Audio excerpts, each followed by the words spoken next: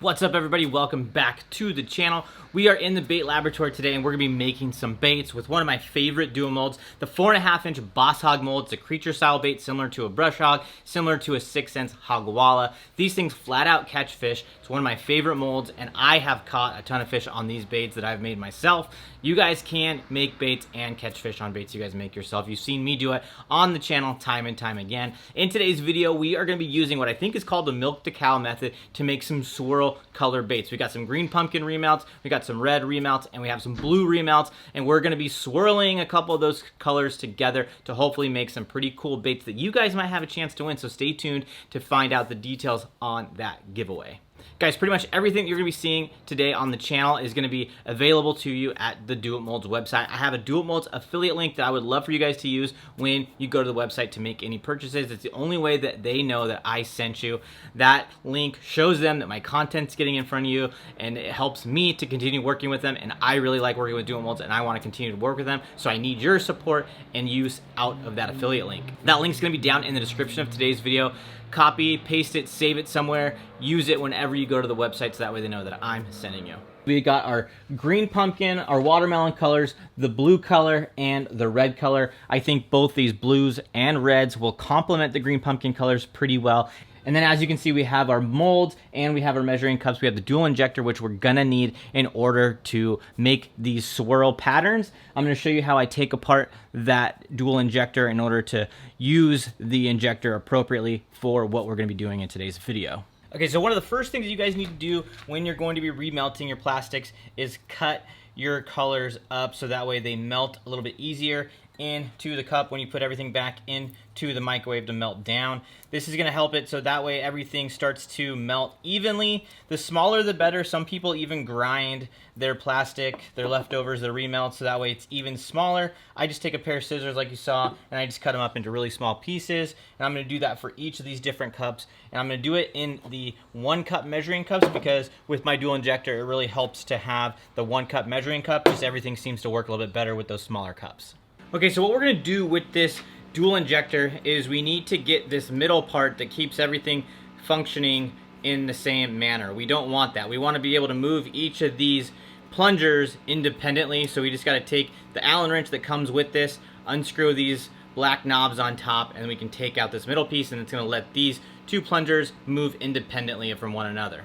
Okay, so off camera, I took off this little middle piece, and now my injector plungers can move up and down independent of one another just like this. So what you're gonna do when you wanna get that swirl effect is it's called milking the cow. And basically, once you get these plungers filled up, these injectors filled up with Plastisol, you're just gonna move one side at a time, just like so, and that's gonna start giving the different colors a chance to come out of the injectors at a different time, and that's gonna give you that swirl effect once everything solidifies inside of your mold. All right, guys, so here's the giveaway details. Pretty simple things. You gotta do 4 different things. You gotta like today's video, comment on the video, subscribe to the channel, and share the video out. Those are the 4 things that you need to do. I'm gonna give this video a week for people to get entered into the video, and after a week of this video going live, I will randomly select a winner. And just remember, all you gotta do is like the video, subscribe to the channel, comment on the video, and share the video out. Those 4 things will give you a chance to win the baits that we're making in today's video. Make sure to come back and check your comment on this video because that is the way that I get in contact with the winner.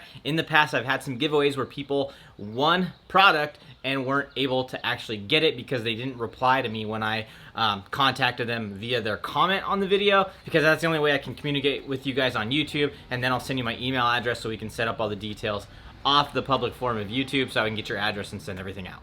All right, so as you can see, we got our colors ready to go. We got our green pumpkin right here, blue right here, and we're gonna make a green pumpkin blue swirl bait.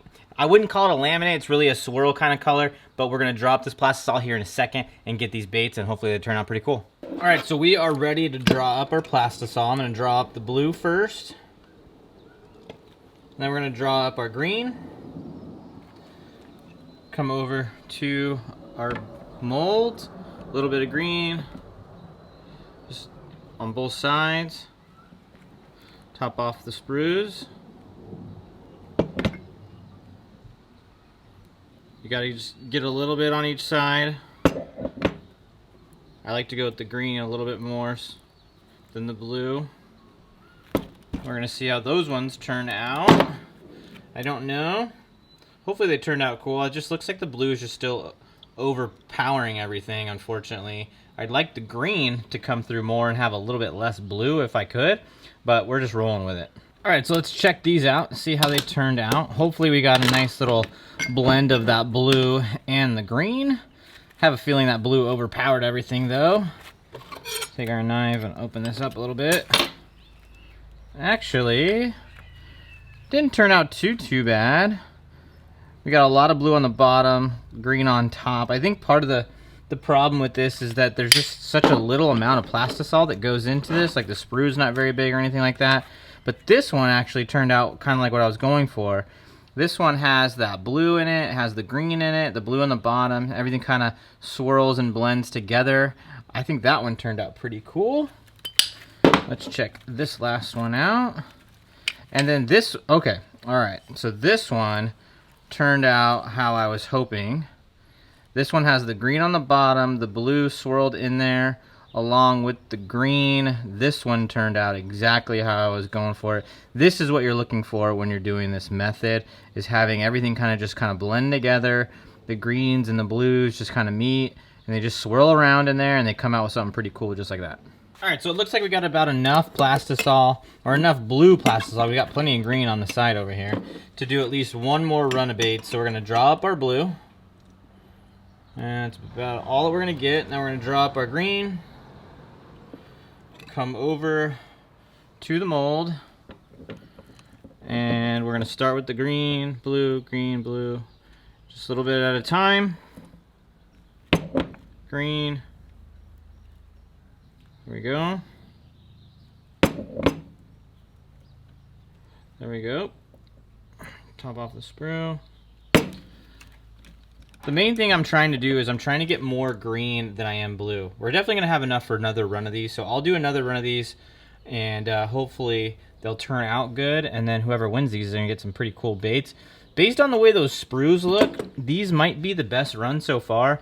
I did the green a little bit heavier than the blue, so I'm hoping that it'll come through and be a little bit more of that, you know, green and blue, but more green. I just think the green's gonna be better. I think it's gonna catch more fish than having a predominantly blue bait. All right, let's check these out. Hopefully they turned out good. Hopefully they look like some fish catchers, because that's the main thing we're trying to accomplish here is, one, we want cool baits, but we also want to have baits that are actually gonna catch fish, because if they look cool and don't catch fish, then who really cares, in my opinion. I actually like the way this one turned out. The swirl isn't too crazy, but I definitely like the way everything kind of blended. I like the blue on the bottom, the blue kind of fades in, and then we have a green up on top. That one will catch a bass. And let's check out the other two. Ooh, this one turned out really good as well. This is what we're going for sure. Because you can see even in the sprue up on top where the blue and the green kind of come together, and then in the body right here, and then that green and the blue come together even in the tail down there. Flip it over. Yeah, this one I think is one of the ones that turned out almost the best in terms of swirl. Let's check out this last one. Oh yeah, this one turned out good too. I've gotten better as I've been making these, obviously, in the video. But this one turned out really good too. The swirl's like exactly what I'm going for. On this side especially, you got the green up on top with the blue in that body right there, blue in the little side things, and then the tail. This one turned out really good.